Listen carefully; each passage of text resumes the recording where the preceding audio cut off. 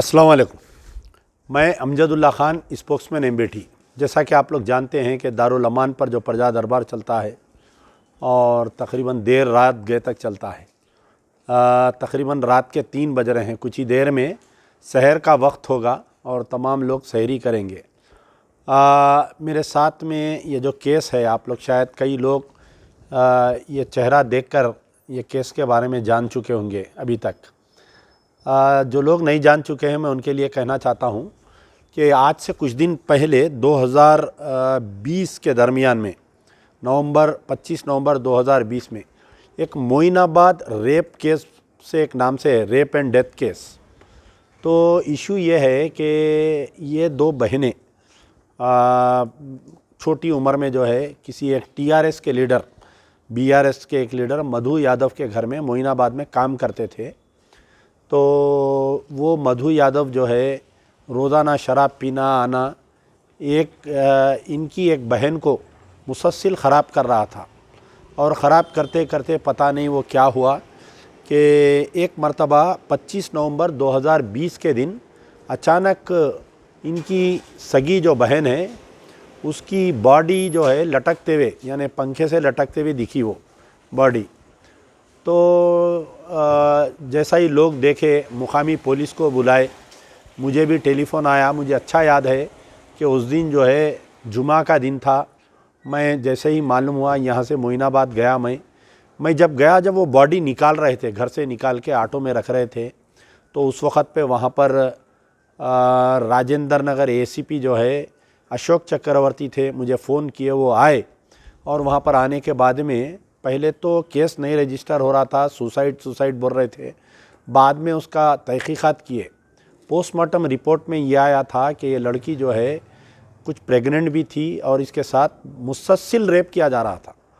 तो बाद में इसकी तहकीकात में पता चला कि उसकी बहन से जब हम क्वेश्चनिंग करे तो आपसे बड़ी थी ना वो लड़की, तो ये बोली कि दीदी अक्सर बोलते थे कि मेरे पेट में दर्द है, मेरे पेट में दर्द है। तो ये एक वाक़या पेश आया था। उसके बाद में उसको बीआरएस लीडर मधु यादव को गिरफ़्तार किए थे। 25 नवंबर 2020 के दिन आपकी एक बहन को एक बीआरएस का लीडर जिसका नाम मधु यादव है, उन्हें जो है रेप करके बच्ची को काम बात बाहर जाती की बोल के फांसी दे के मार दिया। अब ये लोग इतने गरीब है, कोई तालीम नहीं, इनको कुछ मालूमात नहीं। अब इन्हों भी बेचारे जो है पेशेंट है, इनको भी हार्ट प्रॉब्लम, लंग्स प्रॉब्लम आ गया। तो और एक इसमें जब उन्हें अंदर गया तो कई मुस्लिम तंजीमें जो है इस मामले में एहतजाज किए, धरना दिए, रोड जाम करे, इंसाफ दियो। अक्सर ऐसा होता है कि कोई एक ऐसा रेप केस होने के बाद में या डेथ होने के बाद में हम रोड पे निकलते इंसाफ की गुहार लगाते हुए, लेकिन कुछ दिनों के बाद में उसको भूल जाते। अब ये फैमिली को भी जो है सारे मुस्लिम तंजीम जितने, देखिए आप, इलेक्शन आते ही पूरे निकल जाते रोड पे। हम वो पार्टी की तायद करते, कोई बोलते हम कांग्रेस की करते, कोई बोलते हम उसकी तायद करते। तमाम तर रिलीजियस पॉलिटिकल लीडर निकल जाते रोड पे और गली का लीडर से लेके दिल्ली का लीडर तक इलेक्शन में एक्टिव हो जाते। लेकिन ऐसे केसेस में जो है कोई भी तंजीम ये इनकी मदद नहीं करती। लेकिन मुसलसल तहरीक मुस्लिम शब्बान के जो बानी हैं जनाब मुश्ताक मलिक साहब, वो बेचारे मुसलसल और उनके जो साथ, उनके पार्टी के, उनके साथ में मुसलसल जो है इस फैमिली से लगे हुए रहते, मेरे को भी केस के बारे में अपडेट करते रहते।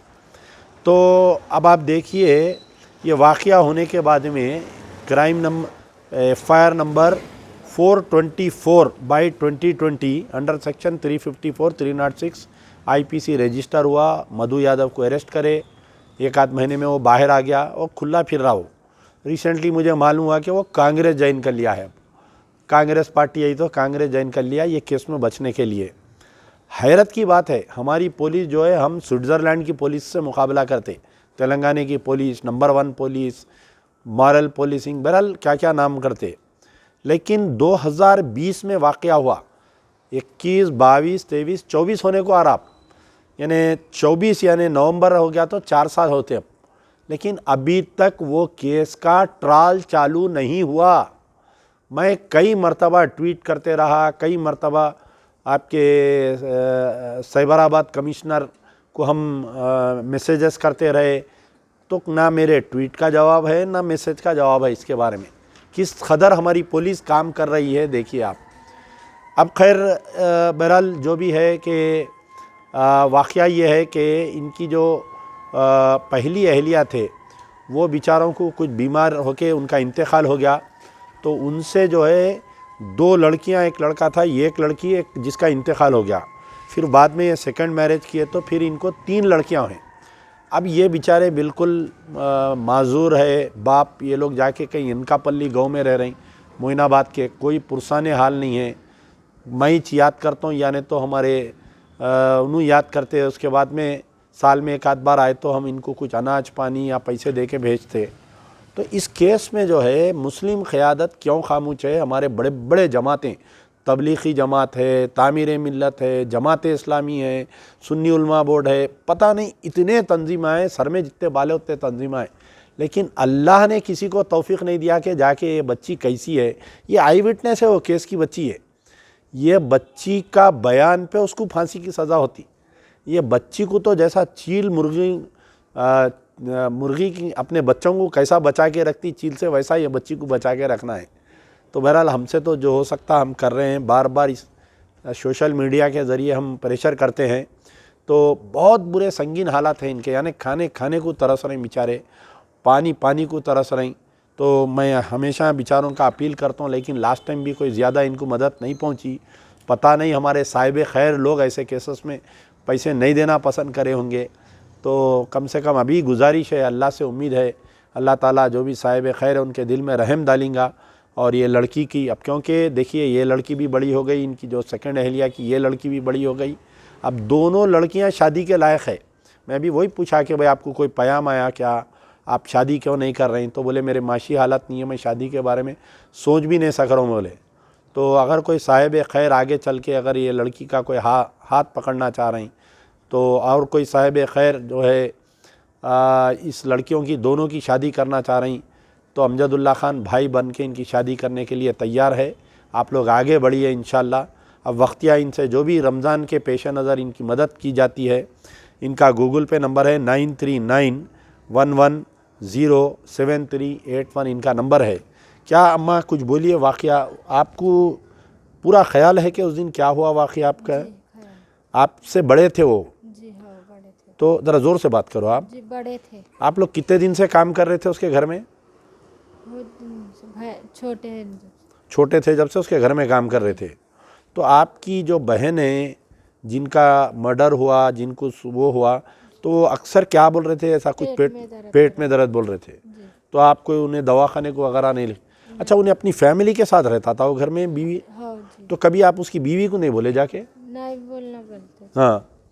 तो खैर बहरहाल अब ये वाक़या हो कि इतने दिन वो आपको कोई मोइनाबाद पुलिस स्टेशन से या कोई कोर्ट से आपको समन आया, कोई बुलाई करे कि आज तक नहीं हुआ? आज तक नहीं हुआ। अच्छा, कभी आप लोगों का आमना सामना हुआ मधु यादव से? उन्हें आप लोग देखे भी नहीं उसको, क्योंकि आप लोग दूसरे गांव में रह रहे हैं जाके, यनकापल्ली में रह रहे हैं आप लोग। तो बहरहाल देखिए कि एक लाचार, माजूर, कमज़ोर बाप है, इसका सहारा बनिए। एक ऐसी आई विटनेस, बेंगलुरु में एक लड़की जो है कोई आरएसएस वाले नकाब के मामले में उन्हें कुछ जवाब दी, तो उसको हिंदुस्तान की मलिका बना के पेश करे पूरा मीडिया और पूरे मुसलमान। हमारे बगल में, हमारे हैदराबाद के बाजुक मोइनाबाद में एक ऐसी लड़की है जो आई विटनेस है उन्हें केस की, और डटी हुई है।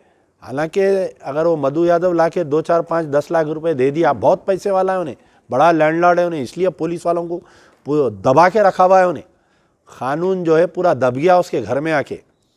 तो ऐसी लड़की जो आई विटनेस है एक ऐसे संगीन वाक़े की, हम उसको जो है नहीं पेश करते, उसको हम कोई मदद नहीं कर रहे हैं। बड़े अफसोस की बात है, मेरे लिए भी अफसोस की बात है, सारे लीडरों के लिए, सियासी बोलिए गैर सियासी बोलिए, कि एक 4 साल में जो है एक हमारी बहन को उन्हें रेप करके मार डाला उन्हें, और हम जो है चूड़ियाँ पहन के बैठे हुए उसको सज़ा नहीं करा सक रही।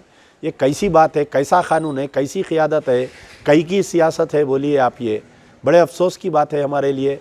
तो खैर देर हुआ दुरुस्त। अभी भी अगर कोई ये केस को टेकअप करना चाह रही, वहाँ क्या एमपी जो है डॉक्टर रंजीत रेड्डी है ये इलाके का, कल तक बीआरएस में था, अब जो है कांग्रेस में आया, उन्हें इलेक्शन लड़ा, तो रेवंत रेड्डी साहब को ज़रा अक्ल रहना कि उसको कैसा लेते पार्टी में।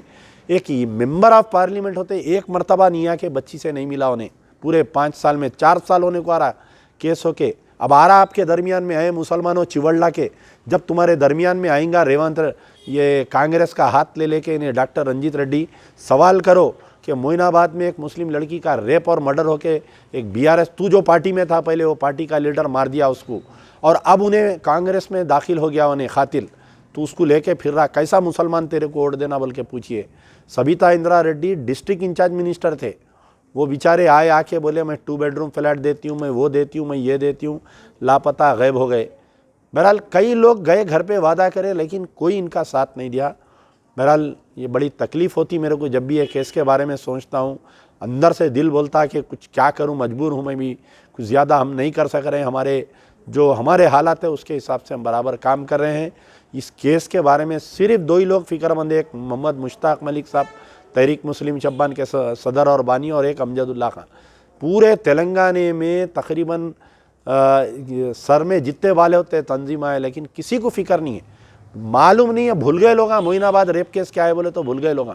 कई लोगों से मैं पूछता हूँ, बड़े बड़े वकला मिले तो पूछता हूँ जो रंगारेड्डी कोर्ट में उधर काम कर रही, तो बोलते कौन सा केस, हाँ किधर का केस, आप भेजो लिंक, हम देख के बोलते।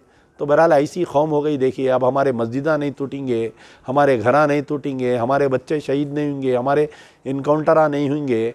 जो कौम अपने माजी को भूल जाता, जो कौम अपने साथ हुए हुए जुल्म को नहीं भूल जाता, उस पर ऐसे ही जुल्म होता। तो बहरहाल बड़े तकलीफ़ के साथ आज ये वीडियो बना रहा हूँ, और बड़े शर्मिंदगी के साथ कि हम एक बच्ची को इंसाफ नहीं दिला सक रही, लेकिन अल्लाह के साथ उम्मीद है आप लोग आगे बढ़िए, हम साथ हैं, सब मिल के करेंगे बच्ची का मदद, इनकी शादियां कराओ, इनकी आगे बढ़ो। कोई लोग बढ़ के बड़े बड़े धरने देते, हम रैलियां देते हैं, नौजवान बच्चे आके, मगर कोई आके हाथ नहीं पकड़ता। ये भी एक बड़े अफसोस की बात है। अल्लाह पे उम्मीद है कि अल्लाह ताला हमको कभी भी मायूस नहीं करा और ना करेंगे ऐसे केस में। इस जलील मधु यादव को फांसी की सज़ा मिले जब तक अमजदुल्ला खान लड़ते रहेंगे। आप मेरा साथ दो ना दो, अगर नहीं दे सकते तो कम से कम दुआ करो, अगर नहीं कर सकते तो कम से कम मेरे वीडियो को शेयर करो, ताकि कांग्रेस के सरबराह के ये जाए और चिवड़ला पार्लियामेंट इलेक्शन में कांग्रेस मुसलमानों के वोट से महरूम हो जाना। ये केस में अगर इंसाफ नहीं मिला तो शुक्रिया। यार जिंदा सोबत बाकी।